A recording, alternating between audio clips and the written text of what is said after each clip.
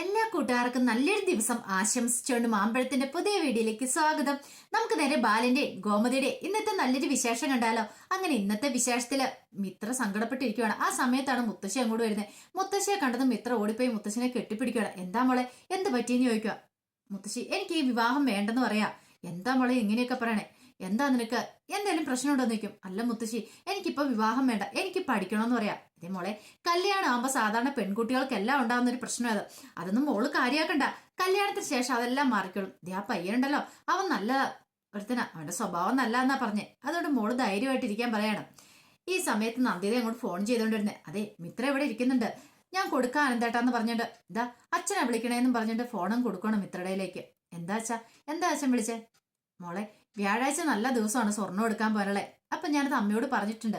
അപ്പൊ അത് മോളോടും കൂടെ പറയാൻ വേണ്ടി ഞാൻ വിളിച്ചാന്ന് പറയണം. അല്ല അച്ഛാ, ഞാനത് അതെ, നീ മുടക്കൊന്നും പറയണ്ട. പറഞ്ഞ കേട്ടല്ലോ, പറഞ്ഞ കാര്യങ്ങളൊക്കെ ഓർമ്മയുണ്ടല്ലോ. വ്യാഴാഴ്ച ഇനിയിപ്പൊ ആ തീയതിക്ക് ഒരു മാറ്റം ഇല്ലെന്ന് പറയാം. പിന്നീട് നന്ദിതയുടെ കയ്യിലേക്ക് മിത്ര ഫോൺ കൊടുക്കുകയാണ്. നന്ദിതയോട് അനന്ത പറഞ്ഞതേ, ഒരു കാര്യം പറഞ്ഞേക്കാം, ഈ കാര്യങ്ങളൊന്നും പുറത്തൊന്നും ആരും അറിയാൻ പാടില്ല. പ്രത്യേകിച്ച് അറിയാലോ, ആ ബാലനും അവന്റെ വീട്ടുകാരും അവരറിഞ്ഞിട്ടുണ്ടെങ്കിൽ മിക്കവാറും ഈ വിവാഹം മുടക്കാനായിട്ട് ശ്രമിക്കും. അതുകൊണ്ട് അവരൊരു കാരണവശാലും അറിയില്ലെന്ന് പറയാം. ശരി, ഞാൻ ആരോടും പറയുന്നില്ലെന്ന് നന്ദിത പറയാണ്. ഈ സമയമാണ് മിത്രയ്ക്ക് വല്ലാത്ത സങ്കടമായിപ്പോയി. എന്ത് ചെയ്യണമെന്ന് അറിയത്തില്ലാത്തൊരവസ്ഥ. ഒരു പക്ഷേങ്കില് ഈ വിവാഹം നടന്നിട്ടുണ്ടെങ്കിൽ എന്തൊക്കെയാ സംഭവിക്കാൻ പോകുന്നു പറയാൻ പോലും പറ്റില്ല. പിന്നീട് കാണിക്കുന്ന മീനാക്ഷി ഓഫീസിലിരിക്കുകയാണ്. ഈ സമയത്താണ് മീനാക്ഷി ഫ്രണ്ട് അങ്ങോട്ട് വരണേ. അവർ ചോദിച്ചു, അല്ല ആ എ ഗ്രൂപ്പിന്റെ ഫയൽ എങ്ങനെയായി? അത് നീ റിപ്പോർട്ടൊക്കെ എഴുതി സൈൻ ചെയ്തോന്ന് ചോദിക്കാം. അതെ, അത് ഞാൻ നോക്കിക്കഴിഞ്ഞപ്പോഴത്തേന് അത് സെറ്റാവുന്ന എനിക്ക് തോന്നുന്നില്ല. അതെന്താ, ആ റിപ്പോർട്ടെല്ലാം വായിച്ചു കഴിഞ്ഞപ്പോഴേ അത് ശരിയാവത്തില്ല. അതെ, പരിസ്ഥിതിക്ക് കേടുണ്ടാക്കുന്ന കാര്യങ്ങളാ. അവിടെ ആ കോറി വന്നിട്ടുണ്ടെങ്കിലേ കുറെ കുടുംബങ്ങളൊക്കെ അവർക്ക് അവരുടെ വീടും കാര്യങ്ങളെല്ലാം നഷ്ടമാവെന്ന് പറയാം. പിന്നെ അത് മാത്രമല്ല, അത് അവിടെ വരുന്നത് ശരിയല്ല എന്ന് പറയാം. ഇത് കൊള്ളാലോ. അല്ല, ആ ഗ്രൂപ്പ് എന്ന് പറഞ്ഞാൽ നിങ്ങളുടെ അവിടെ ബന്ധുക്കാരുടെ അല്ലേ? ഓ, ബന്ധുക്കാരെന്ന് പറയാൻ പറ്റില്ല, ശത്രുക്കളുടെ, കൃഷ്ണമംഗലംകാരുടെ എന്ന് പറയണം. അല്ല, നീ എല്ലാം അറിഞ്ഞോണ്ടാണോ മീനാക്ഷിന്ന് ചോദിക്കുക. അറിഞ്ഞോണ്ടാണെന്ന് ചോദിച്ചാൽ നിനക്കറിയാലോ, ഞാൻ നേരെ വാ നേരെ പോകുന്നുള്ള രീതിക്കാണ്. ഇല്ല, ഇനിയിപ്പൊ സൈൻ ചെയ്തിട്ട് നിന്റെ മേലുദ്യോഗസ്ഥന്മാർ അതിന്റെ റിപ്പോർട്ട് തയ്യാറാക്കുമെന്ന് പറയാം. ഓഹോ, അങ്ങനെയാണോ? അങ്ങനെയാണെങ്കിൽ അവർ തയ്യാറായിക്കോട്ടെ, അവർ തയ്യാറാക്കിയിട്ട് അവർ തന്നെ സൈൻ ചെയ്തോട്ടെ. പക്ഷെ എനിക്ക് ഇതിനകത്ത് യാതൊരു പങ്കുമില്ലെന്ന് പറയാം. അല്ല, അവര് കൈക്കൂലി മേടിച്ചിട്ടായിരിക്കും, അതൊക്കെ അവരുടെ ഇഷ്ടം. പക്ഷെ മീനാക്ഷിക്ക് 5 പൈസ വേണ്ട, മീനാക്ഷി അത്തരം പരിപാടിക്ക് നിൽക്കത്തില്ലെന്ന് പറയാം. പെട്ടെന്ന് അവർ ചോദിച്ചു, അല്ല നിന്റെ ഏട്ടന്റെ കല്യാണക്കാരും എങ്ങനെയാ? ഇന്നലെ നീ പെണ്ണ് കാണാൻ പോകുന്നൊക്കെ പറഞ്ഞിട്ടോ, പെണ്ണ് വീട് കാണാൻ പോകുന്നു പറഞ്ഞിട്ടോ, അത് മുടങ്ങിപ്പോയി. അതെന്താ കാരണം? എന്ത് ചെയ്യാനാ, അപ്പഴൊരു ഒരു കൃഷ്ണമംഗലം ഉള്ളതുകൊണ്ട് ആ വിവാഹം അങ്ങ് മുടങ്ങിയെന്ന് പറയാം. ഇനിയിപ്പം വേറെ കല്യാണം ആലോചിക്കണം. എന്റെ ഏട്ടൻ പാവ, നല്ല സ്വഭാവ ഗുണങ്ങളൊക്കെ ഉള്ളതെന്ന് പറയാം. എവിടെന്തെങ്കിലും നല്ലൊരു പെണ്ണ് കിട്ടുമായിരിക്കും. ഒരു കാര്യം ചെയ്യാം, നീയും കൂടെ എന്റെ ഏട്ടന് വേണ്ടിയിട്ട് ഒരു പെണ്ണല്ല അന്വേഷിക്കാൻ പറയാം. നല്ലതാണെങ്കിൽ നമുക്ക് കല്യാണം നടത്താലെന്ന് പറയും. ശരിയെന്ന് പറഞ്ഞിട്ട് അവരങ്ങോട്ട് പോവാണ്. പിന്നീട് കാണിക്കുന്ന ധർമ്മൻ കൃഷ്ണമംഗലത്തേക്ക് വരുവാണ്. കൃഷ്ണമംഗലത്തേക്ക് വന്നു കഴിഞ്ഞപ്പം അവിടെ രാജേശ്വരി ഉണ്ടായിരുന്നു. രാജേശ്വരി അച്യുതനും കൂടെ ഉണ്ടായിരുന്നു. അവർ സംസാരിച്ചുകൊണ്ടിരിക്കുവായിരുന്നു. ഈ സമയം രാജേശ്വരി, ആ നീ വന്നോ? നിന്നെ കൊണ്ട് കുറച്ച് ആവശ്യങ്ങളുണ്ട്, കുറെ ആൾക്കാരുടെ ലിസ്റ്റൊക്കെ എടുക്കാനുണ്ട്, അത് എഴുതി തയ്യാറാക്കണമെന്ന് പറയണം. അച്ഛനും പറഞ്ഞു, എന്നാൽ ശരി, നിങ്ങളത് റെഡിയാക്കുക. അനന്തേട്ടനാണെങ്കിൽ മിനിസ്റ്ററെ വിളിക്കാനായിട്ട് അങ്ങോട്ട് പോയേക്കുക, കല്യാണം ക്ഷണിക്കാനായിട്ട് പോയേക്കുക. ഈ സമയം അച്യുതൻ അങ്ങോട്ട് പോകാനായിട്ട് ഇറങ്ങിക്കഴിഞ്ഞപ്പം പെട്ടെന്ന് തന്നെ ധർമ്മ പറഞ്ഞു, ഏട്ടാ ഒരു മിനിറ്റ്. എന്താടാ? അല്ല, ഗോമതി ചേച്ചിനെ കല്യാണം വിളിക്കുന്നവരും ദേ ഒരക്ഷരം പോലും മിണ്ടിപ്പോയേക്കരുത്. ഗോമതിനെ വിളിക്കുന്നതിന് അവിടുന്ന് ആരെയും വിവാഹം കഴിച്ച് ക്ഷണിക്കുന്നില്ല. ഒരു ഉത്സവം പോലെ ഇവിടെ ആഘോഷിക്കാൻ തീരുമാനിച്ചു കഴിയുമ്പോഴാണ് അവരെ വിളിക്കുന്നത്. ആ വെള്ളം നീ അങ്ങോട്ട് വാങ്ങി വെച്ചാലേ അവരെ കല്യാണം വിളിക്കാൻ പോകുന്നില്ലെന്ന് പറയാം എന്നും പറഞ്ഞിട്ട് അങ്ങോട്ട് പോവാണ്. ഈ സമയം നന്ദിത പറഞ്ഞു, ഇനിയിപ്പൊ അതിനെക്കുറിച്ചൊന്നും നീ വിഷമിക്കണ്ട ധർമ്മ.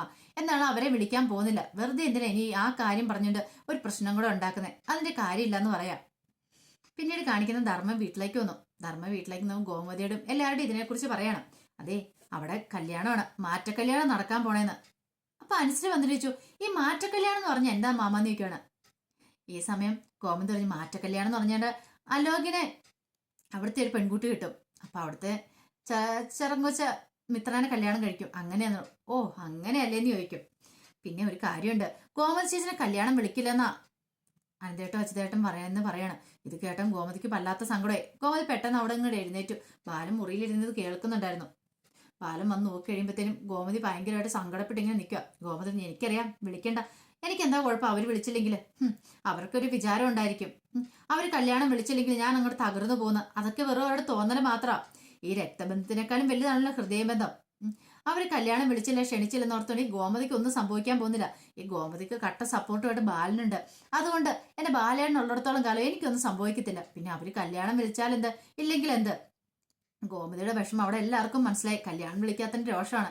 പെട്ടെന്ന് ആര്യം വന്നിട്ട് പറഞ്ഞു, എന്താ അമ്മേ, അമ്മ എന്താ ഇങ്ങനെയൊക്കെ പറയണേ? കല്യാണം അവര് വിളിച്ചില്ലെങ്കിൽ വേണ്ട. അമ്മയ്ക്ക് എന്താ കുഴപ്പം? അതെ, അവര് വിളിക്കണ്ട, എനിക്ക് എന്താ കുഴപ്പം? അവര് വിളിക്കാതിരിക്കട്ടെ, എനിക്കൊരു പ്രശ്നമില്ലെന്ന് പറഞ്ഞ് ഗോമതി പെട്ടെന്ന് അങ്ങ് നടക്കുമ്പോൾ ആ കസേര കാല് തട്ടി വീഴാൻ തുടങ്ങുവാണ്. അമ്മയെന്ന് വിളിച്ചോണ്ട് എല്ലാവരും കൂടെ ഓടിക്കൂടി. ഈ സമയം ബാലം വന്നിട്ട്, എന്താ ഗോമതി, എന്താ നിൽക്കണേ? ഒന്നുമില്ല, ഒരു കുഴപ്പമില്ലെന്ന് പറഞ്ഞുകൊണ്ട് പെട്ടെന്ന് ഏക്കാൻ തുടങ്ങുകയാണ്. ഏക്കാൻ തുടങ്ങിയിട്ട് വീണ്ടും ബാലം പറഞ്ഞു, ഇങ്ങോട്ട് വാ, പിടിക്കാന്ന് വേണം. വേണ്ടാന്ന് പറഞ്ഞ് അങ്ങ് നടക്കുമ്പോഴത്തേനും വീണ്ടും ഗോമതി കാലിന്റെ വേദന കൊണ്ട് അങ്ങോട്ട് വേച്ച് വീഴുവാണ്. ബാലം പറഞ്ഞു, ഞാൻ പറഞ്ഞല്ലേ എന്നും പറഞ്ഞിട്ട് ഗോമതിനെ കൊണ്ട് മുറിയിലേക്ക് അങ്ങോട്ട് പോവാണ്. ഗോമതിക്കാണെങ്കിൽ വല്ലാത്ത സങ്കടവും വിഷമവും വരുന്നുണ്ടായിരുന്നു.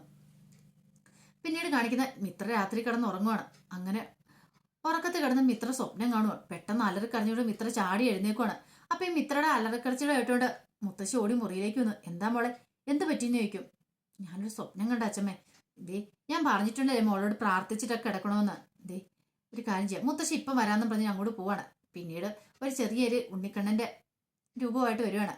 അതും മിത്രയുടെ കൈ കൊടുത്തിട്ട്, ഇത് മോള് പിടിച്ചുകൊണ്ട് കിടന്നു. ഇത് കൈ വെച്ചുകൊണ്ട് കിടന്നിട്ട് സ്വപ്നങ്ങളൊന്നും കാണത്തില്ല, വേണ്ടാത്ത സ്വപ്നങ്ങളും ചീത്ത സ്വപ്നങ്ങളൊന്നും കാണത്തില്ല എന്ന് പറയാ.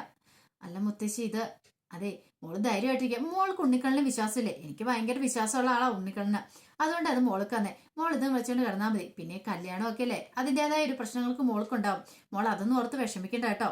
ധൈര്യമായിട്ട് കിടന്നുറങ്ങിക്കോളാൻ പറഞ്ഞ് മുത്തശ്ശി അങ്ങോട്ട് പോവാണ്. ഈ സമയം ഇത്ര ഇങ്ങനെ ആലോചിച്ചുകൊണ്ടിരിക്കുകയാണ്.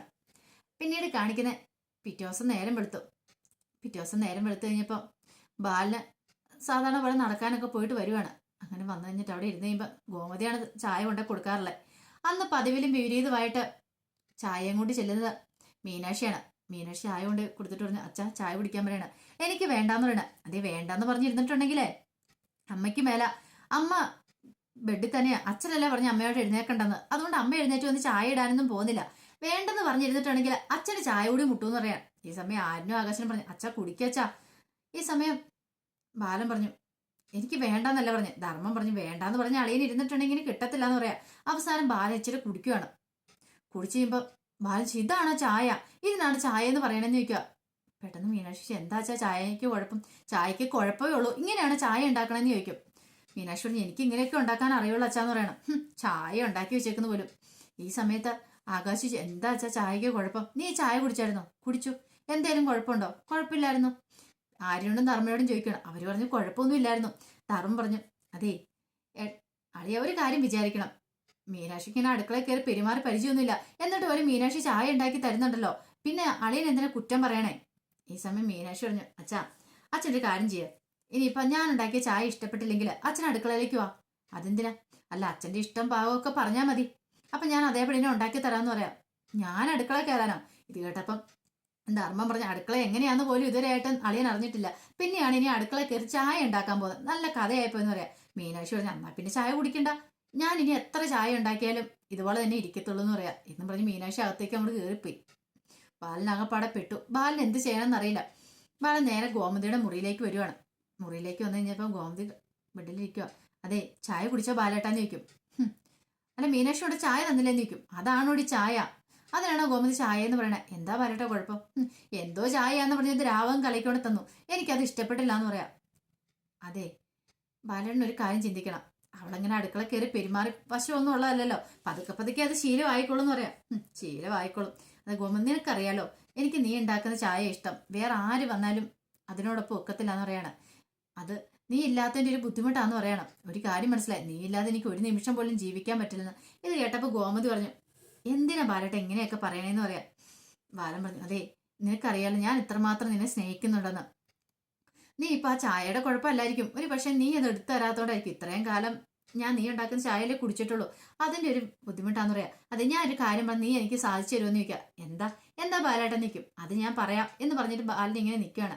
അപ്പൊ അതിന്റെ വിശേഷങ്ങളൊക്കെയാ നമ്മള് ഇന്ന് കണ്ടത്. ഇതിന്റെ ബാക്കി വിശേഷങ്ങളൊക്കെ ആയിട്ട് നമുക്ക് കാത്തിരിക്കാം കേട്ടോ. ഇനിയിപ്പം ബാലന് ഗോമതിയോടുള്ള ആവശ്യം എന്താണെന്ന് അറിയത്തില്ല. അപ്പം അതിന്റെ വിശേഷങ്ങളുമായിട്ട് വൈകുന്നേരത്തെ പ്രമോയി വരാം. ഒരിക്കൽ കൂടി എല്ലാവർക്കും നല്ലൊരു ദിവസം ആശംസിച്ചുകൊണ്ട് നിർത്തുന്നു. നന്ദി.